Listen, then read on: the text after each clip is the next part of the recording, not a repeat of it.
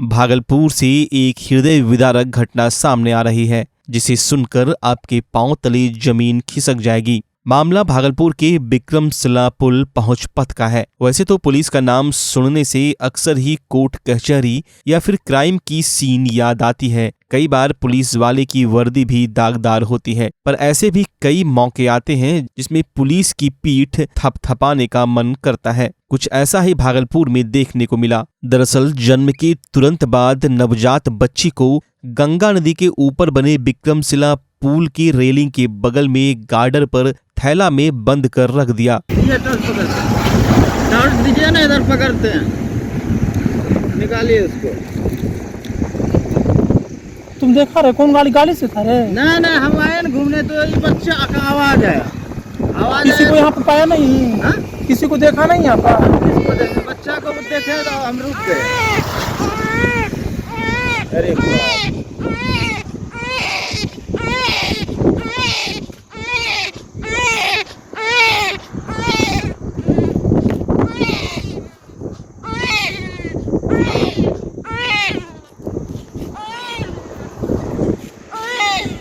विक्रमशिला पुल की बिजली खंबा 113 के बगल से एक राहगीर गुजर रहा था। उसे बच्चे की रोने की आवाज सुनाई दी। राहगीर ने इसकी जानकारी ट्रैफिक पुलिस को दी। बिहार पुलिस के जवान ने जान हथेली पर रखकर गार्डर पर चढ़कर बच्ची को बाहर निकाला। नवजात बच्ची थैले में कपड़े में लिपटी हुई रो रही थी। इसकी सूचना तुरंत एसडीओ व डीएसपी को दी गई, जिसके बाद बच्ची को इलाज के लिए मायागंज अस्पताल में भर्ती कराया गया। अब उसे चाइल्ड लाइन के सहयोग से अनाथालय में रखा जाएगा। इस घटना का एक वीडियो सोशल मीडिया पर खूब वायरल हो रहा है। लोग जमकर इस वीडियो को शेयर कर रहे हैं और भागलपुर पुलिस को मसीहा बता रहे हैं। दीजिए ना, इधर पकड़ते हैं, निकालिए उसको। तुम देखा रहे कौन गाड़ी से था रे? नहीं, हम आए ना घूमने तो ये बच्चा का आवाज आया। किसी को यहाँ पे पाया नहीं? हा? किसी को देखा नहीं यहाँ पर? किसको देखे? बच्चा को देखे तो हम रुक गए। अरे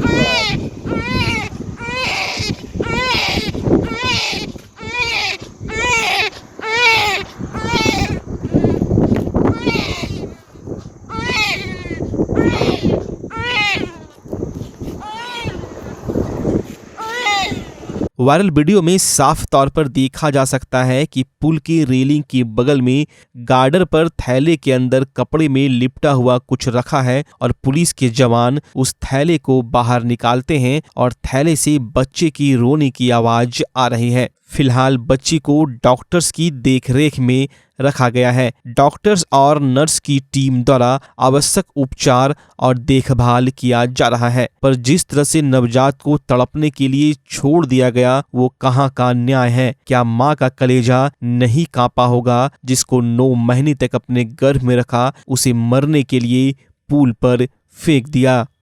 इस मामले को लेकर एसएसपी आनंद कुमार ने बताया कि विक्रमशिला पुल पर नवजात के मिलने की सूचना मिली। उन्होंने कहा कि विक्रमशिला पुल पर यातायात पुलिस की गश्ती के दौरान इस नवजात को एक थैली में बंद कर किसी ने छोड़ दिया था। बच्चे की रोने की आवाज सुनकर कुछ लोग इकट्ठा हुए। इसी भीड़ को देखने के लिए गश्ती वाले जैसे ही वहां खड़े हुए तो उन्हें उसे थैली में नवजात शिशु दिखा। उस बच्ची को पुलिस ने कुशलता पूर्वक वहां से उठाकर सीधे मायागंज अस्पताल में भर्ती कराया, जहां उसका कुशलता पूर्वक इलाज चल रहा है। एसएसपी ने यह भी बताया कि इस नवजात शिशु को बरामद करने में वक्त लगता तो उसे बचाया नहीं जा सकता था। गश्ती में तैनात जवान के इस कार्य से खुश होकर एसएसपी ने पुलिसकर्मी को धन्यवाद कहा। हाँ देखिए, कल जो हमारा ट्रैफिक के जो जवान वहाँ पे विक्रमशिला पुल पे तैनात रहते हैं और दोनों साइड से नवगछिया की तरफ से भी और भागलपुर की तरफ से ट्रैफिक कोऑर्डिनेशन होता ताकि पुल पर जाम न लगे।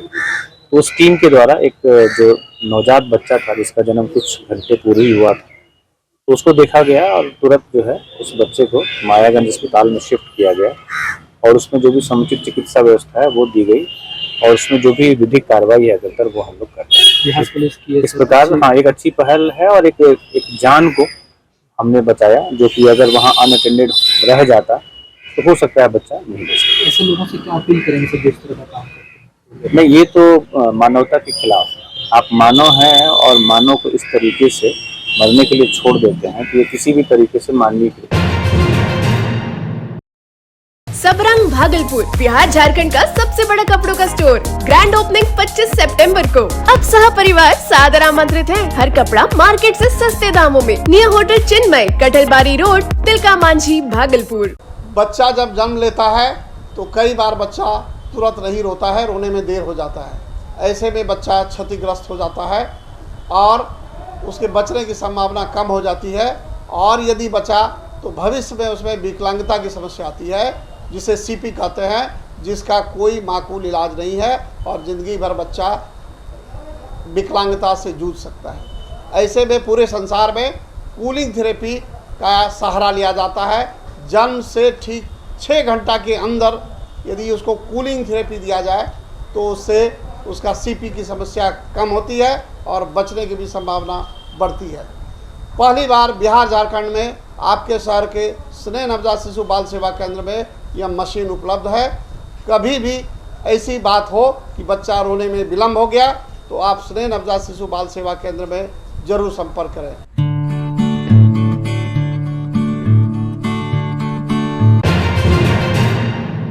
भाजपा नेता सुशील मोदी ने मुख्यमंत्री नीतीश कुमार को बोझ बताया। इसके बाद कांग्रेस ने उन्हें आड़े हाथ ले लिया। मुख्यमंत्री नीतीश कुमार ने पंडित दीनदयाल उपाध्याय की जयंती पर उनको नमन किया तो भाजपाइयों ने मजे की राजनीति कर दी। बात नीतीश कुमार के एनडीए में फिर से शामिल होने तक पहुंच गए। इसको लेकर राजनीतिक सरगर्मी काफी तेज है। सुशील मोदी ने मुख्यमंत्री नीतीश कुमार को बोझ बताकर एक नया ही राजनीतिक मुद्दा ला दिया। इसको लेकर विधायक अजीत शर्मा ने जमकर सुशील मोदी को धोया और कहा कि 2024 के चुनाव में भाजपा को जनता जड़ से उखाड़ फेंकेगी। भागलपुर विधायक अजीत शर्मा ने कहा कि सुशील मोदी को अपनी चिंता करनी चाहिए। महंगाई बढ़ रही है जिस पर वो ध्यान नहीं देते। हिंदू मुस्लिम कर देश को बांटने का काम कर रहे हैं। उन्हें चिंता है कि नीतीश कुमार बोझ बन गए। कोई किसी पर बोझ नहीं है, सब अपने मेहनत और अपने पैरों पर है। भागलपुर विधायक अजीत शर्मा ने कहा कि सुशील मोदी को अपनी चिंता करनी चाहिए। महंगाई बढ़ रही है, उस पर वो ध्यान नहीं देते। हिंदू मुस्लिम कर देश को बांटने का काम कर रहे हैं। आखिर क्या कर रहे हैं? हिंदू मुसलमान की राजनीति करके देश को बांटने का काम कर रहे हैं और बात कर रहे हैं कि नीतीश कुमार जी बोझ हो गए। उनको बड़ी चिंता है दूसरे के बारे में। आपको जनता ने चुन के जिसको भेजा केंद्र में सरकार, पहले आप बात कीजिए आप जनता के लिए क्या कर रहे हैं। कोई किसी के लिए बोझ नहीं होता है। हर व्यक्ति हिंदुस्तान में पैदा लेता है, अपने पैर पे खड़ा होता है और अपने देश के लिए काम करता है। आप किसी को बोझ कैसे बोल सकते हैं? कोई किसी के लिए बोझ नहीं होता। नीतीश जी को जनता ने 18-19 वर्ष मुख्यमंत्री के पद पर चुन के रखा है।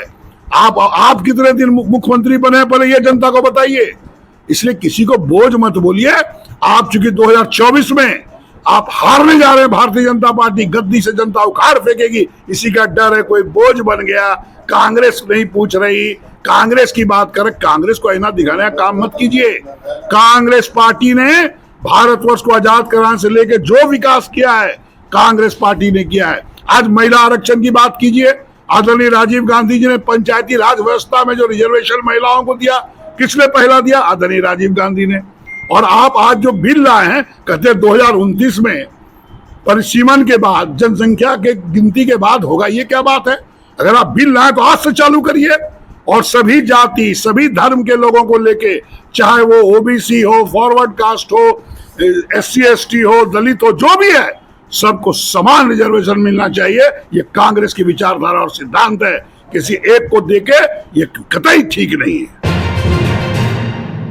भागलपुर में डेंगू का कहर जारी है। डेंगू से अब नन्हे मासूम भी पीड़ित हो रहे हैं। 5 महीने की बच्चे पर डेंगू का असर देखने को मिल रहा है। भागलपुर के जवाहरलाल नेहरू मेडिकल कॉलेज में रोजाना 4-5 बच्चे डेंगू से पीड़ित सामने आ रहे हैं, तो वहीं निजी क्लिनिक में भी छोटे बच्चों का इलाज चल रहा है। वहीं अन्य डेंगू मरीज की बात करें तो मायागंज अस्पताल में 100 से अधिक मरीजों का इलाज चल रहा है। 24 घंटे में डेंगू के 30 और मरीज मिले हैं। वहीं 34 मरीज स्वस्थ होकर घर चले गए। भागलपुर में अब तक 650 से अधिक मरीज मिल चुके हैं। वहीं जिन मरीजों का इलाज घर में चल रहा है, स्वास्थ्य विभाग उसकी मॉनिटरिंग करेगा। दिखवाए तो क्या पता चला? दिखाए तो वही बताया कि इसको डेंगू का शिकायत है। तो कितना उम्र होगा? 5 महीने। 5 महीना हो रहा है। घर में भी किसी को हुआ था? नहीं, अगल बगल किसी को भी नहीं घर में हुआ। अगल बगल अगल बगल में हमको नहीं पता है, हम तो फर्स्ट ही जांच कर। पानी वानी भी जमा रहता है? मेरे घर के बगल में पानी पीछे में बहुत रहता है, पानी जमा है? हाँ। उसी के शिशु रोग विशेषज्ञ डॉक्टर अजय सिंह ने कहा, घर में किन्हीं को अगर डेंगू हो या घर के आसपास जल जमाव है तो इससे छोटे छोटे बच्चों को डेंगू हो रहा है। हाँ, सही कहा कि छोटे बच्चों में भी हो जा रहा है और बच्चे में डेंगू और खतरनाक होने का संभावना रहता है। और ये बता दें कि इसमें इम्यूनिटी फैक्टर उतना काम नहीं करता है और इसीलिए जो बड़ों में मच्छर काटता है, डेंगू के मरीज जिसको जो हो चुके हैं वो मच्छर यदि उनको काटेगा और वही मच्छर फिर बच्चों को काटेगा तो वो डेंगू हो जाएगा। तो खुद बचिए। सबसे पहला है कि पहले तो है कि हो नहीं, उसके लिए उपाय सब लोग जानते हैं कि मच्छर पनपने नहीं दें, ओडोमास लगाएं, नेट में रहें, फुल शर्ट पहने, मोजा पहने इत्यादि है। लेकिन उससे भी ज़्यादा अभी इम्पोर्टेंट हो गया है, अब तो हर घर में डेंगू फैल चुका है। तो जिसको भी डेंगू है वो अपने को प्रोटेक्ट रखें, उसको मच्छर नहीं काटे और इसके लिए वो हरदम मच्छरदानी के अंदर रहें, बाहर निकले ओडोमॉस लगा के। नहीं तो आपको मच्छर काटेगा और वही फिर दूसरे सदस्य को काटेगा, चाहे वो बच्चा हो या बूढ़ा हो, उसको डेंगू हो जाएगा। कैसे इससे बच सकते हैं? खास करके जो छोटे बच्चे हैं, उसको होने के बाद परिवार के लोग परेशान हो जाते हैं, इससे बचने का तो मैं बता दिया कि बड़े बचेंगे तभी बच्चे छोटे बच्चे बचेंगे, इसलिए उनको भी प्रोटेक्टेड रखिए। खास करके जो बूढ़े और बच्चे हैं जो हमेशा घर में सोए रहते हैं उनको नेट के अंदर रखिए। और बड़े जो भी हैं यदि आप अस्थिर हैं तो उसको ओडोमॉस लगा के रहिए, फुल कमीज और मोजा पहनिए। ये बोलिए, कितने बच्चे अभी लगभग हर दिन पहुंच रहे हैं डेंगू से पीड़ित? 4-5 बच्चे डेली नया केस आता है और उसको मॉनिटरिंग कर रहा हूँ। अच्छी बात यह है कि हमारे जो शुरू से जो कांटेक्ट आ रहा है उसमें से अभी टच वुड एक भी नहीं कॉम्प्लिकेशन में गया है। लेकिन कई बच्चे ऐसे आ रहे हैं जो कहीं से आ रहे थे, मतलब कहीं दिखा रहे थे या नहीं दिखा रहे थे, तो उसमें कॉम्प्लिकेटेड प्रॉब्लम आ रहा है। कब तक सर ये कम होगा, कब से कम होने लगेगा डेंगू? डेंगू नवंबर से जब ठंड गिरेगी और इधर बरसात का सीजन खत्म होगा तब होगा। अभी भी 1-1.5 महीने का है। इसमें भी सबसे जो इम्पोर्टेंट बात है वो है कि ये जानना कि कब सिंपल है और कब जो है खतरनाक हो रहा है डेंगू। तो इसको समझने के लिए आप ये समझें कि जब सिर्फ बुखार दर्द हो, उल्टी नहीं हो रहा हो तो ये सिंपल है। यदि उल्टी ज़्यादा होने लगा, पेट दर्द ज़्यादा होने लगा, सूजन होने लगा और बेचैनी होने लगा और कहीं से ब्लीडिंग के लक्षण हो रहे हैं तो समझिए डेंगू खतरनाक स्थिति में है। आप डॉक्टर के कंसल्ट में तुरंत जाइए और पहले से भी डेंगू हो गया तो एक डॉक्टर को आप पकड़ के आप उनके सुपरविजन में रहिए। एक बात और बता दें कि डेंगू जो CBC वो कराते हैं प्लेटलेट जानने के लिए, वो प्लेटलेट का जो नियम है, किताबी नियम है, वो ऐसे है कि यदि 1 लाख से ऊपर है और डेंगू के मरीज हैं वो, तो वो दिन में कम से कम 2 बार कराएंगे। दिन में नहीं, सॉरी, उसमें 1 बार कराएंगे। और 30,000 से जो 1 लाख के बीच जिसका प्लेटलेट है वो 2 बार कराएंगे। और जिसको 30,000 से कम है वो जो है दिन में 3 बार प्लेटलेट कराएंगे। प्लेटलेट ज़्यादा कमने से ब्लीडिंग, इंटरनल ब्लीडिंग होने का चांस रहता है जो खतरनाक होता है। साथ में इसमें पेनक्रेटाइटिस, लीवर वगैरह सब इन्वॉल्व हो सकता है। ज़्यादातर ठीक हो रहे हैं लेकिन कॉम्प्लिकेशन हो सकता है। डरें नहीं, लड़ें और सुरक्षित रहें, बचने का कोशिश करते रहें। धन्यवाद।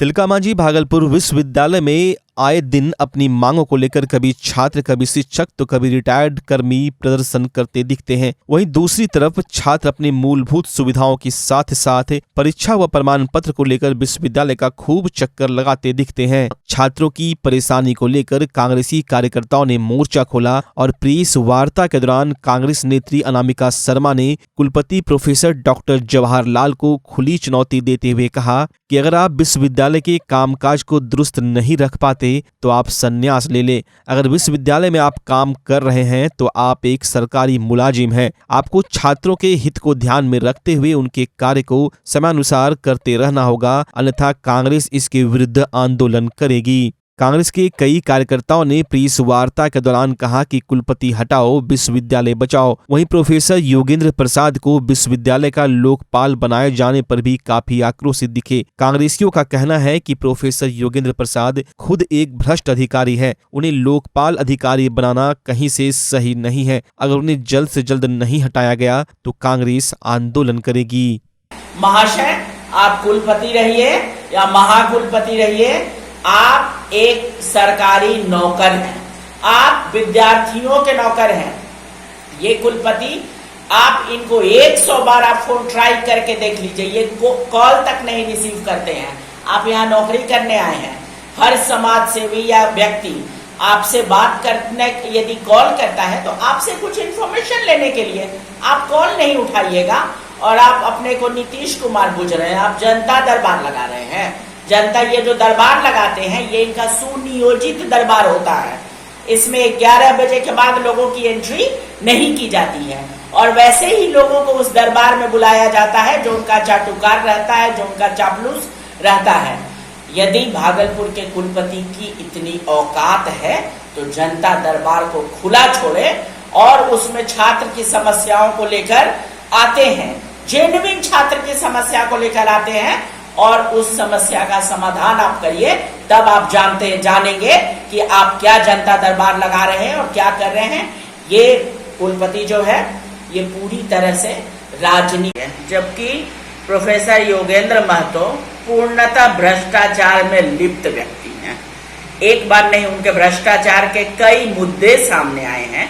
तो ऐसे भ्रष्टाचारी व्यक्ति को यदि लोकपाल नियुक्त किया गया है तो कहीं कुलपति के इसमें भ्रष्टाचार में उनकी सहभागिता तो नहीं है, क्योंकि आप देखिए कि प्रोफेसर योगेंद्र महतो जो हैं वो एक ही सत्र में, एक साल में ही वो पीएचडी और एमएड की दोनों की डिग्री प्राप्त किए हैं, जो कि कभी संभव नहीं है। एक सत्र में आप या तो पीएचडी करिएगा या एमएड करिएगा। यदि एक सत्र में आप दोनों डिग्री प्राप्त किए हैं यानी कि आपके पास फर्जी डिग्री है, सही डिग्री तो हो नहीं सकता है।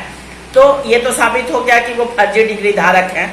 दूसरा, आप आइए कि वो व्यक्ति टीएनबी महाविद्यालय में अनाधिकृत रूप से 2 आवास में वो रहता है, जबकि एक आवास का वो पे करता है और एक आवास को कैप्चर करके रखे हुए हैं।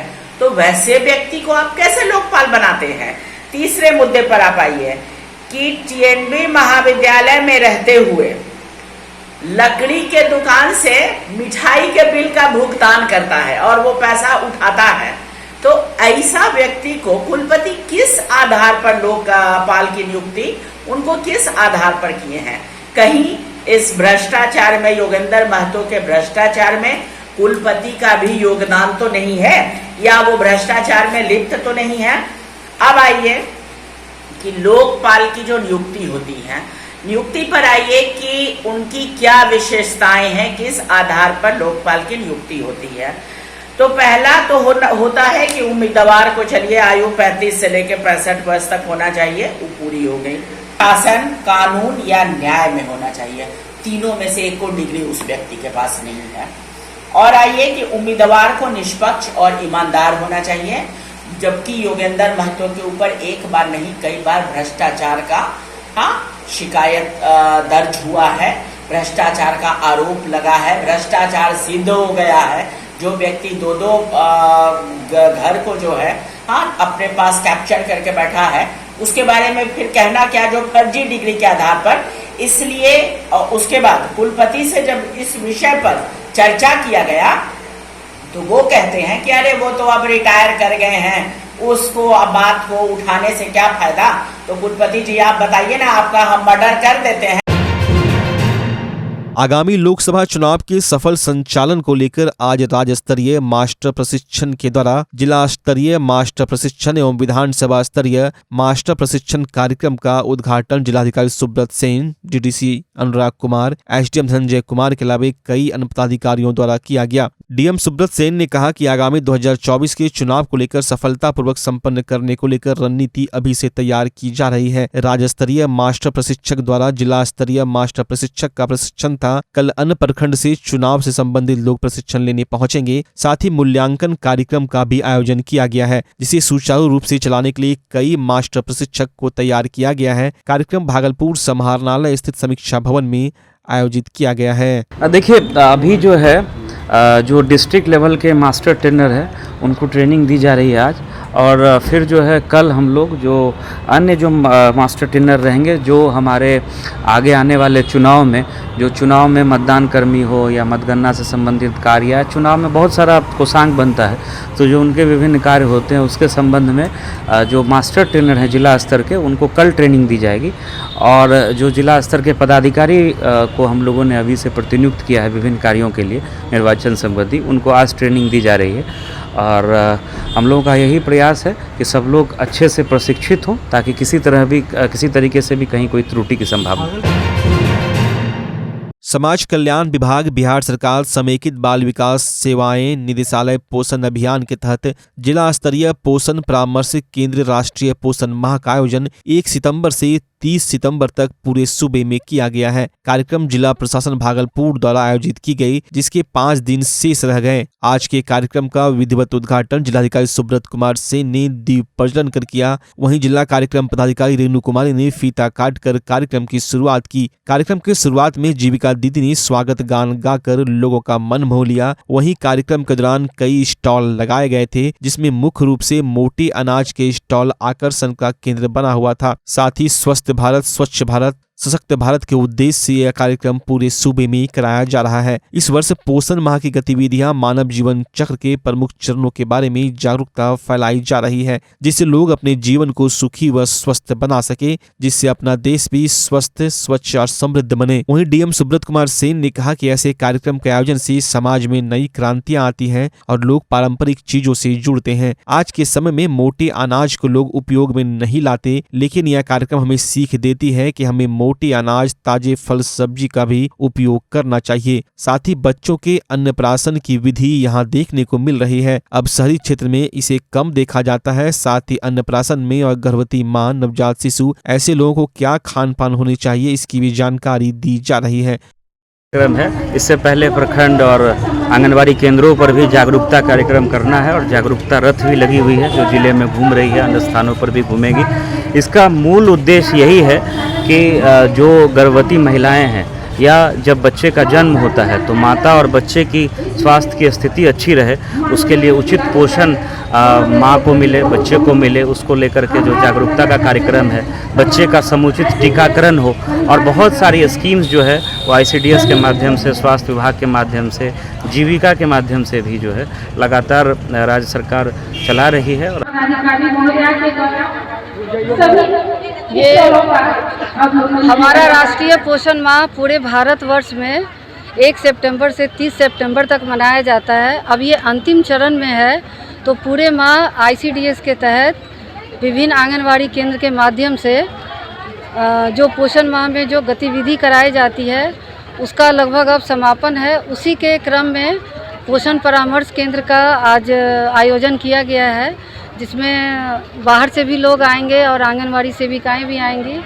इसमें मुख्य तौर पे ये बताया जाता है कि हमारी ICDS की सेवाएं क्या हैं, और इसमें बताया जाता है कि मोटे अनाज जो पूर्ण रूप से विलुप्त होते जा रहे हैं उस पर हम लोग कैसे काम करेंगे, जो आसानी से गांव में अवेलेबल होता है। गर्भवती महिलाओं को, हमारे बच्चों को वो आसानी से मिल जाता है, कम खर्च में वो खाना चाहिए। इसके अलावा ICDS के तहत प्रत्येक माह के 7 तारीख को गोद भराई होती है, 19 तारीख को अन्नप्राशन होता है। तो इस परामर्श केंद्र के माध्यम से ये भी प्रदर्शित किया गया है कि हमारे हर एक आंगनवाड़ी केंद्र पे ये दोनों होता है। भागलपुर के ततारपुर स्थित जैन धर्मशाला में अनुसूचित जाति प्रकोष्ठ के द्वारा प्रमाण पत्र वितरण सम्मान समारोह सह सम्मेलन का आयोजन किया गया। अनुसूचित जाति प्रकोष्ठ राजद के प्रदेश अध्यक्ष अनिल कुमार उर्फ साधु पासवान को पुष्प गुच्छ व अंग वस्त्र देकर सम्मानित किया। उसके बाद कार्यक्रम की शुरुआत हुई। महासम्मेलन का उद्घाटन केंद्रीय मंत्री सह बांका के पूर्व सांसद जयप्रकाश नारायण यादव ने किया। कार्यक्रम में मुख्य अतिथि के रूप में प्रदेश अध्यक्ष अनिल कुमार उर्फ साधु पासवान मौजूद थे। वहीं विशिष्ट अतिथि के रूप में बिहार राज्य बाल श्रमिक आयोग के अध्यक्ष डॉक्टर चक्रपाणी हिमांशु, नाथनगर विधायक मोहम्मद अली अशरफ सिद्दीकी, डिप्टी मेयर सह मुख्य जिला प्रवक्ता डॉक्टर सलाउद्दीन अहसन कार्यक्रम में मौजूद थे। महासम्मेलन के खास मौके पर राजद ने केंद्र सरकार को कोसते हुए कहा कि आज देश का संविधान खतरे में है। जब से देश में भाजपा की सरकार बनी है तब से संविधान के साथ छेड़छाड़ किया जा रहा है। डॉक्टर भीमराव अंबेडकर के लिखे संविधान पर छेड़छाड़ हम बर्दाश्त नहीं करेंगे। 2024 के चुनाव में जनता जवाब देगी और भाजपा को केंद्र से उखाड़ फेंकेगी। गरीबों का जो मसीहा परम आदरणीय से लालू प्रसाद यादव जी और युवा नेता हम सबका डिप्टी सीएम तेजस्वी यादव जी के आदेशानुसार पूरे बिहार में अनुसूचित जाति आयोग जो प्रकोष्ठ है हमारा, हर एक जिला में कार्यक्रम हम लोगों ने रखा है माननीय प्रदेश अध्यक्ष जगता बाबू के निर्देशानुसार। अभी हमारा जो संविधान है जो खतरे में है और जब तक देश का चौकीदार अपने कुर्सी पर विराजमान रहेंगे तब तक खासकर अनुसूचित जाति के लोगों को संविधान से वंचित कर दिया जाएगा। हम लोग संविधान को बचाने के लिए निकले हैं, रिजर्वेशन को बचाने के लिए निकले हैं। यही हमारा मेन मुद्दा है कि हमारी सरकार और नेता के आदेशानुसार पूरे बिहार में घूम घूम कर अपने संविधान के बारे में अपने लोगों को मैं बताऊं।